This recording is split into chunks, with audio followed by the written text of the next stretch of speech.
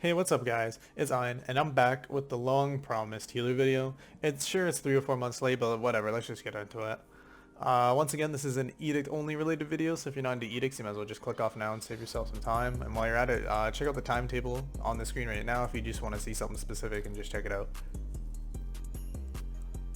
So I'm actually pushing out this video as fast as I can, as the method itself actually just recently leaked. Someone decided to spam the method in some player general chat somewhere, and it kind of just went downhill from there. So I figured if it's already gone public, then why not just make the specifics known a bit easier for everybody, because if it's known, right? And I guess it just helps to dumb down the edict a little bit to help everyone. Kind of like what happened with Seer, which was nice. I never actually planned on leaking this edict publicly. And the real main reason I'm kind of making the video is to use it as a chance to get the word out there from a player specific perspective, as I know what a lot of the players want to say.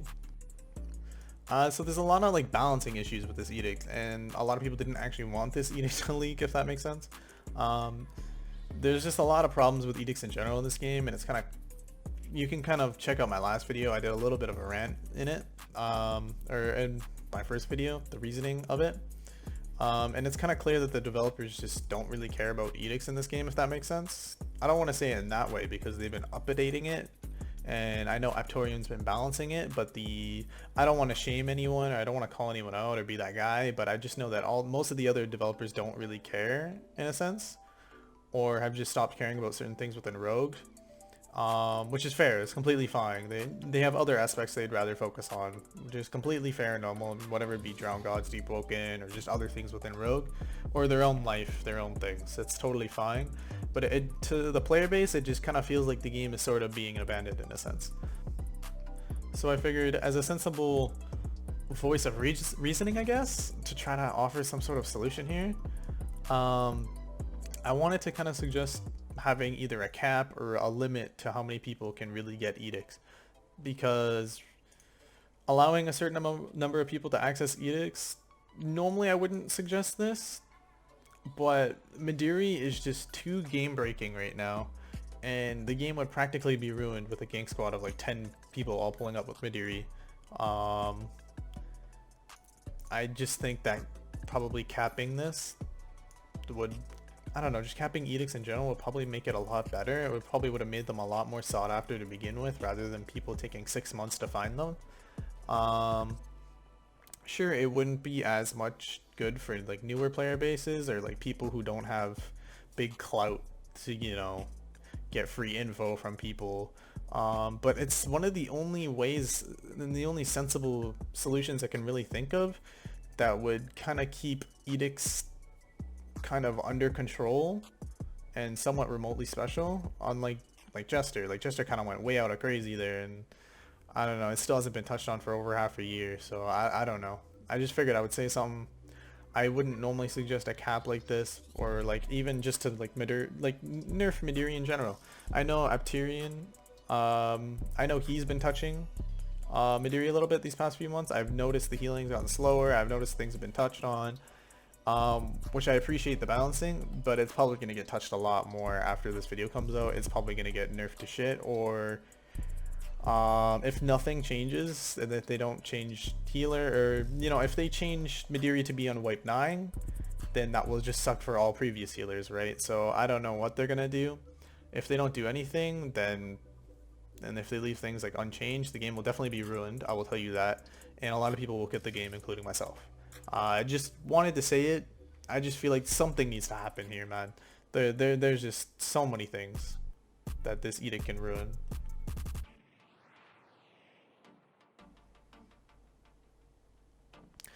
So before I show the method, I'm just going to say that I'm not entirely 100% sure on everything in my list. I've kind of dimmed down most of the specifics I could get, but there's definitely going to be an extra step or two added in here. I do have a lot more to say after I show the list, but let's take a look at the list first. So here's the list. It looks a lot like Withworld's method in a sense, but with gotcha and some other stuff, I guess. But I can show you that it works most of the time. So let me kind of explain myself here. So I've had problems progressing this on a few of my runs. So there actually may be small shadow step, I guess, involved somewhere that's not on this list. And maybe roughly, I would do this exact list, and maybe roughly 60% of the time, the run would be successful. So, and I wouldn't change anything.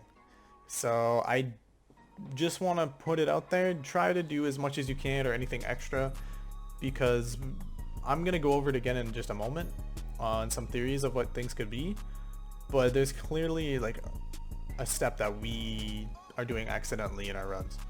And when I say we, I mean my healer group that I worked with. There was a group of roughly 10 to 13 of us, and we all would actively, you know, progress the edict and like dumb down the specifics together, and we would all work together on it and share info. And there was roughly 10 to 13 of us, and we would all have this progression problem. And we also noticed that we actively could not progress the edict no matter what unless we were an illusionist or a necromancer.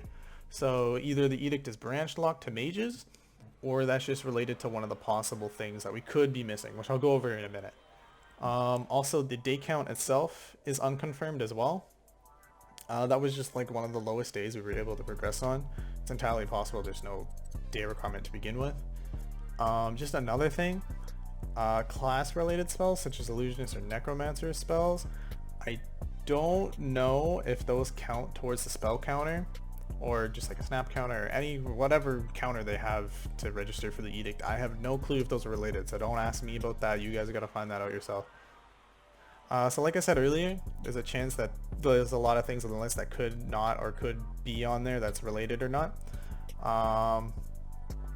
Like just an example, someone in our healer group was able to progress the edict with like 3 or 4 snaps, and like some of other us like weren't able to progress at all by only doing 3 snaps, and it would only work if we did 5 snaps.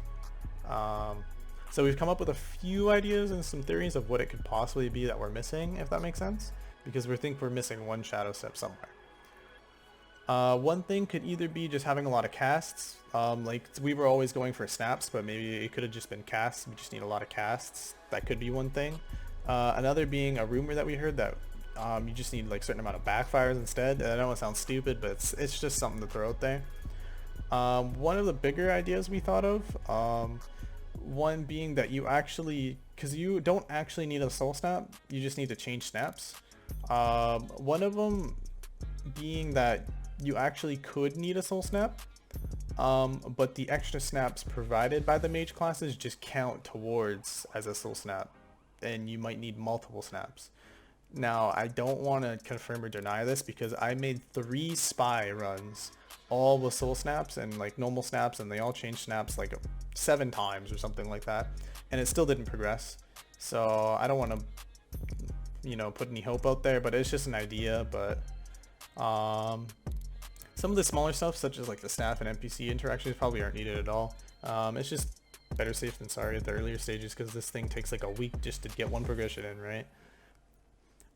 For some tips, I'd recommend going illusionist, and if you go Elu, I wouldn't even worry about getting soul snaps, because I've already confirmed that you don't need them if you go as an Elu. Just get normal snaps. I would also recommend getting a botanist ult and like a construct for like quick feeds. Just get that quick out of the way. You don't have to spend like an hour server hopping for ingredients. I would also highly recommend a D-Rider main, just for some quick contracts. It just makes it so much faster. You can get Spellblade within a day with it, rather than over 3 or 4 days, or I don't know, whatever. Another useful hint is that you can also trinket steal contracts, so just keep that in mind. It's really useful, but you'll lose them if you log, so plan it accordingly. The rest of it is pretty self-explanatory, to be honest. Like, the rest of the specifics are pretty laid out. It's just kind of confirming or denying things now. I wouldn't roll gotcha a crazy amount of times or get a crazy amount of snaps. The numbers have already been roughly like dumbed down a bit. There just needs to be more focus on what could possibly be missing at this point. So now let's get into the abilities. Now apparently I have heard a small rumor through some of the mods and some possible devs that Healer actually is complete, but as far as I'm aware of the abilities, I only know of the first ability right now that is publicly known, which is Mederi. I do currently know someone who is on their 8th progression right now, so I can confirm there is no move at wipe 6. If there happens to be another move or ability at wipe 9, I'll make sure to make it known. I'll probably say something in the comments and pin it, so look in the pinned comments, or maybe if it's crazy enough I'll make another video on it.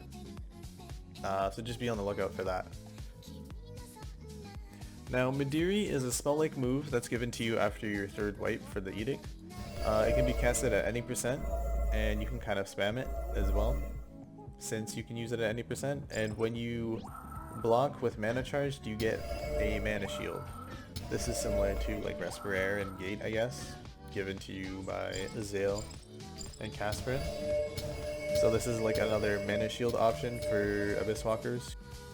The move itself creates a small AoE area around you that heals, similar to like a smaller version of like Celeritas, like a shorter range I guess, that heals. The move will heal anything with a health bar, so it can actually heal other players, whether they're housemates or not, it doesn't matter.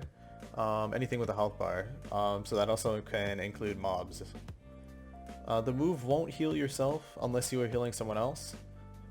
So if you're just healing in the air, you won't get any healing. I guess you can heal mobs and they'll also heal you.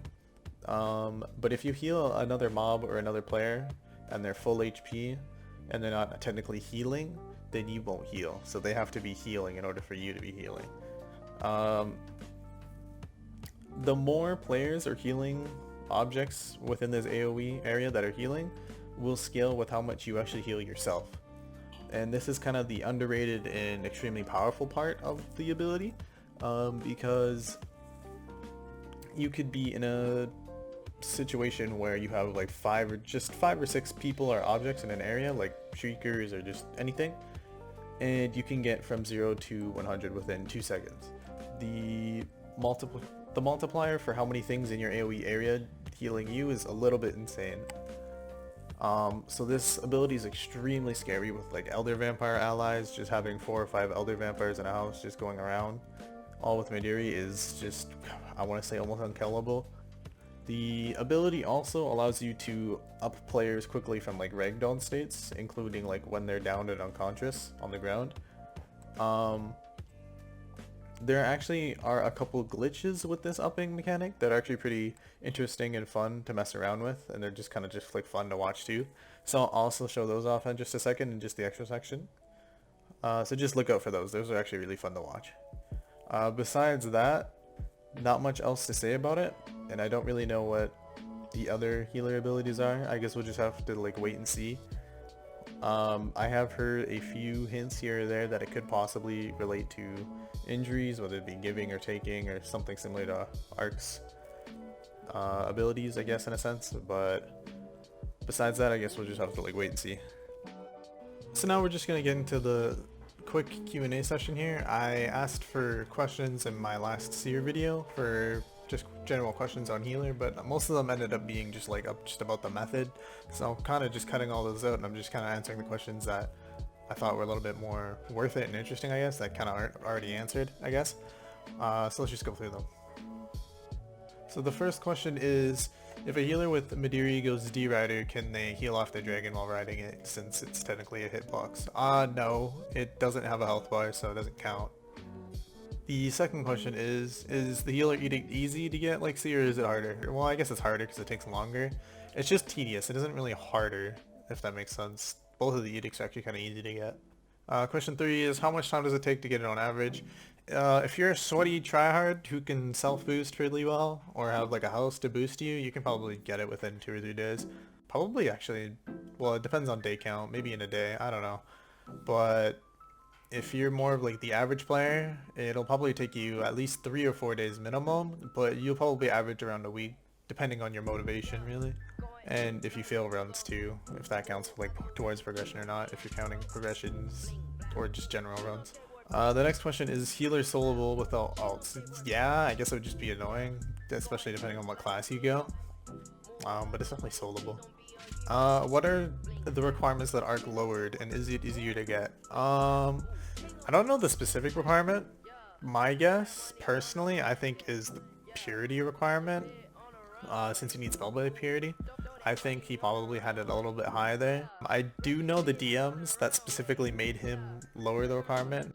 it's either purity or I want to say something to do with like the snaps or like the magic sense of it. You probably lowered something to do there, or the purity. I don't know. I guess it's easier to get after. A lot more people found it after that. Does Healer Edict require you to talk to certain people and transflick? I don't know about the people part. Probably not. I can't really confirm. I don't think so. And yes, you actually need to force feed the trans flag of the health potion. How did you end up finding out how to get Healer Edict and Seer Edict? Wasting a lot of time on a Lego game on some really poorly written hints. So this one's not really much of a question, but I am guessing most devs are not going to be upset if you show us how to get it. Reducer is now putting his heart and soul into Deep Oaken, and Arc occasionally patches, exploits, and major bugs. Rogue is slowly going to die if you say the method. I'm almost certain it won't change. I agree. That's it. So here are just like a few extra highlights of just like some messing around that I figured were worth putting in the video, but didn't really fit anywhere else. But they're pretty funny and like some of them are pretty interesting, I guess. So just like check it out. Bring back this soul from purgatory! Resurrection! Oh shit! Yo! What the fuck? Yo! Yo! Okay, only when he's burning. Only when he's burned. Like dead. Guys, when Taco one deafens, can we sing its ring? Yo, he got up for 2 seconds. You saw that? He said, "Yo, what? Yo!"